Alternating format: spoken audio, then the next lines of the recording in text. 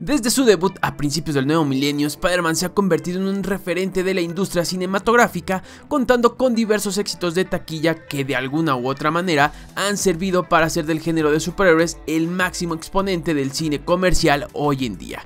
Siendo uno de los pioneros dentro de los efectos visuales generados por computadora, Spider-Man parece haberse quedado atascado en medio de las pantallas verdes, navegando en el infinito mar de proyectos que aportan poco o nada dentro de la industria hoy en día.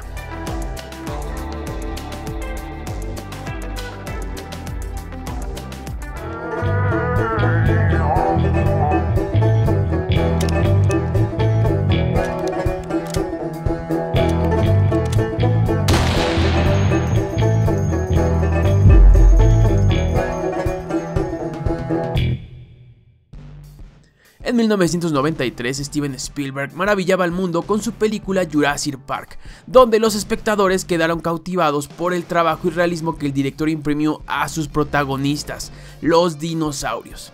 Un par de años antes, James Cameron revolucionaría la industria con la secuela de Terminator, dando vida al T-1000 a base de efectos digitales que serían la base para una decena de proyectos que le seguirían en posteriores años. Para la primavera de 2002, Spider-Man entraría en las salas del cine junto con una ola de proyectos que utilizarían el avance de la tecnología para así crear mundos desconocidos, personajes emblemáticos y secuencias que volarían la mente de los espectadores. La forma de hacer el cine estaba cambiando y Spider-Man era parte de ello. La idea de hacer películas centradas en el personaje no era nada nuevo. De hecho, hay registros de diversos proyectos que intentaron tales cosas, pero ninguno con el suficiente impacto para hacerle creer al mundo que Peter Parker en realidad podía trepar paredes y balancearse por los rascacielos de Nueva York. La razón de esto, los efectos digitales. Conocida como CGI, la técnica de agregar o crear personajes, objetos e imágenes a partir de medios digitales, nació en 1986, teniendo su auge en la década de los 90. Para el año 2000 era toda una realidad y Sony, compañía que había adquirido los derechos de Spider-Man en el cine, sabía que era el momento de lanzar al personaje a las grandes ligas. Contratando al revolucionario director Sam Raimi, que tenía una muy buena reputación por su manejo de efectos prácticos, la producción de la película comenzó en el año 2000 con un presupuesto de 140 millones de dólares, los cuales estarían destinados en su mayoría a los efectos visuales, que serían una combinación de efectos prácticos sumados a los generados digitalmente. Contando con enormes escenografías que simulaban las calles y edificios de Nueva York, la producción decidió emplear la mayor parte de efectos digitales en la creación de Spider-Man. Por primera vez le veríamos balancearse de una manera parecida a los cómics, con las poses imposibles y las telarañas saliendo de sus manos. Para crear este efecto se dio vida a lo que se conocería como la Spider-Cam. Esta cámara se paseaba por las calles de Nueva York por medio de cables que atravesaban sus edificios, generando planos donde posteriormente sería agregado el personaje de manera digital. Esta práctica, a pesar de nacer durante la primera cinta, se incorporó de lleno en su secuela, donde los efectos dieron un gran salto de calidad debido a un aumento en el presupuesto y la evolución de la tecnología que crecía a pasos agigantados.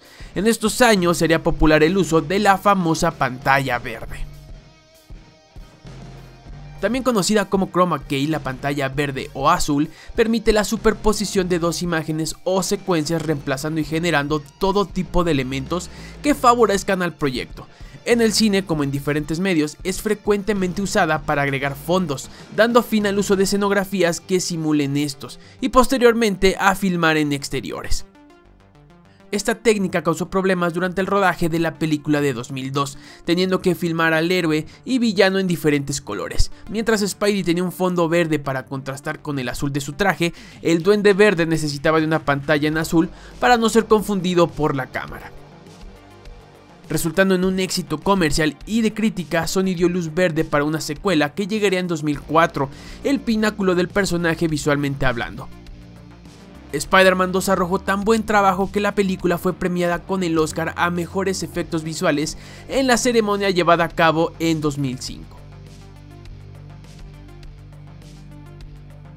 Con esto en mente, Sam Raimi, apadrinado por Sony, quiso ir un paso más allá con Spider-Man 3. Siendo una de las películas más costosas de la historia, Sony liberó un presupuesto inicial de 260 millones de dólares, los cuales se presumen se transformaron en más de 350 millones al terminar el rodaje. La idea del estudio y del director era sobrepasar lo hecho 3 años antes, pero los excesos durante el rodaje y la postproducción se vieron reflejados en el corte final de la película. Laura Siskin, productora del filme, reconoció que el presupuesto de los efectos visuales de Spider-Man 3 por sí solos superaban en un 30% a todo el presupuesto invertido en Spider-Man 2, pero el resultado no parecía ser mejor, inclusive ni siquiera siendo considerada por la Academia como su antecesora. La realidad de las cosas es que el modelo usado en Spider-Man de 2002 dejó de ser atractivo, realizando por completo de manera digital diversas secuencias donde con anterioridad se había optado por el uso de dobles y efectos prácticos, teniendo escenas tan mal ejecutadas que envejecieron prontamente. 2 años más tarde, Avatar de James Cameron llegaría a los cines, en lo que supondría una revolución completa y la cúspide de la tecnología en el mundo del cine. El director había demostrado que los efectos visuales habían avanzado tanto que los mismos actores habían dejado de ser necesarios, optando por la animación digital y la utilización del 3D. Directores de la talla de Martin Scorsese demostraban que la tecnología había llegado para quedarse, desarrollando diferentes proyectos en aquella época que se refugiaban por completo en la animación y la pantalla verde, ahora el principal enemigo de la realidad.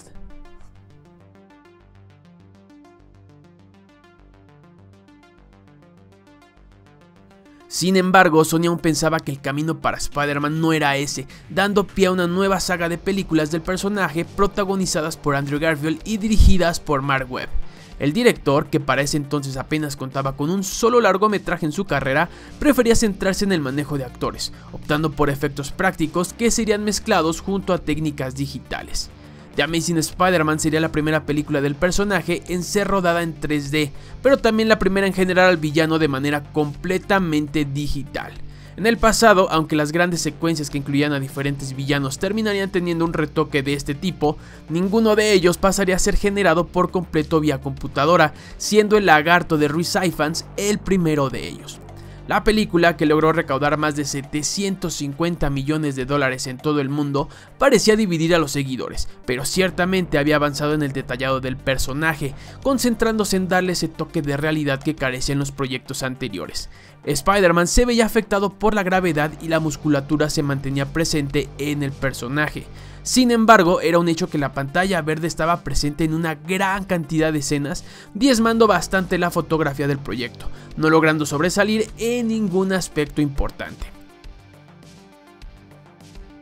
2014 fue quizá el año definitivo para el personaje en cuanto al uso de los efectos visuales, proyectando un balanceo único que ha generado un impacto en diferentes proyectos posteriores. Por primera vez veíamos arrugas en el traje y cada vez era más difícil distinguir entre la realidad y la fantasía. Lo anterior venía respaldado por un generoso presupuesto que llegó hasta los 290 millones de dólares, de los cuales gran parte fueron destinados al uso de efectos digitales. A diferencia de la primera parte, la película se rodó en 35 mm, desechando las costosas y pesadas cámaras en 3D, buscando darle un mayor realismo a la fotografía. Se sacó al personaje del estudio y se filmó en las calles de Nueva York, utilizando diversos dobles de riesgo que fueron clave para montar escenas importantes. Las acrobacias fueron sincronizadas y solo se necesitó de CGI para remover el cableado. Pese al buen resultado obtenido, la taquilla y la recepción no fue generosa con la cinta, convirtiéndola en el live action protagonizado por el personaje que menos recaudación ha obtenido.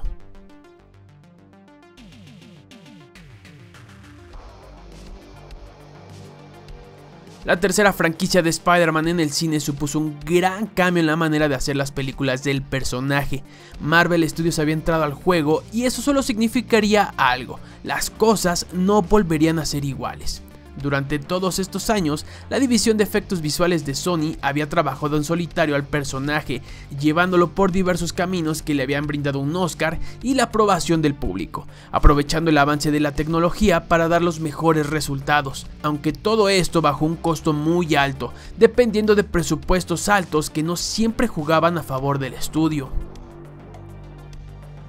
Para Spider-Man Homecoming, el presupuesto había sido reducido a $175 millones, el tercero más bajo después de los 140 millones de Spider-Man en 2002, que pese a todo resulta ser uno de los más elevados si consideramos el ajuste de inflación. Sony no estaba dispuesto a correr otro riesgo como en 2007 y 2014, optando por reducir los gastos.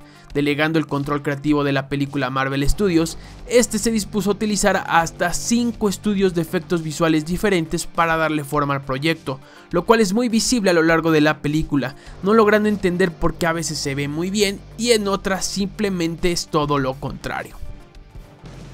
La división de Sony, rechazada en un inicio por Marvel Studios, logró inmiscuirse en el proyecto después de mostrar algunas pruebas, encargándose por completo del tercer acto de la película y las secuencias de Spider-Man utilizando el traje casero. También fueron los responsables de la textura del nuevo traje, utilizando el modelo de realismo visto en The Amazing Spider-Man 2. El resto de estudios inmiscuidos se encargó de las secuencias de inicio en el ferry y el monumento a Washington. El delegar la responsabilidad creativa de la película a Marvel Studios también provocó que la mayoría de la filmación se llevara a cabo en un set con pantalla verde, simulando exteriores, apegándose a su filosofía de evitar filtraciones. En algún punto se optó por retocar por completo todo el traje de Spider-Man, a pesar de que Tom Holland lo tuvo puesto durante el rodaje en todo momento, dando un aspecto poco real en secuencias clave. Para la secuela estrenada en 2019, las cosas no mejoraron demasiado. De hecho, el presupuesto extrañamente se redujo a solo $160 millones, pese a que Homecoming había recaudado poco menos de 900 millones a nivel mundial. Nuevamente, la división de Sony de efectos visuales terminó por hacerse cargo del último tercio, donde completó la batalla final contra Mysterio y el último balanceo que por obvias razones luce mucho más parecido al mostrado en 2014. Sin embargo, ahora fueron 9 estudios diferentes los responsables para desarrollar el resto de secuencias, incluida una versión enteramente digital de Spider-Man portando el traje de sigilo en plena calle. Presupuestos cada vez menores, tiempos de realización más ajustados y una nueva metodología de trabajo han hecho que las películas del personaje desmerezcan en los últimos años, pareciendo ir en una curva descendente que trae consigo un exceso de CGI, pantallas verdes y pocas ganas de sobresalir de entre el resto de proyectos que apuntan a ser el futuro de la industria. ¿Podrá Spider-Man volver pronto a los primeros planos en el cine live action? Tal vez sí, pero por ahora deberíamos concentrarnos en otro tipo de terreno que busca dominar, el mundo animado.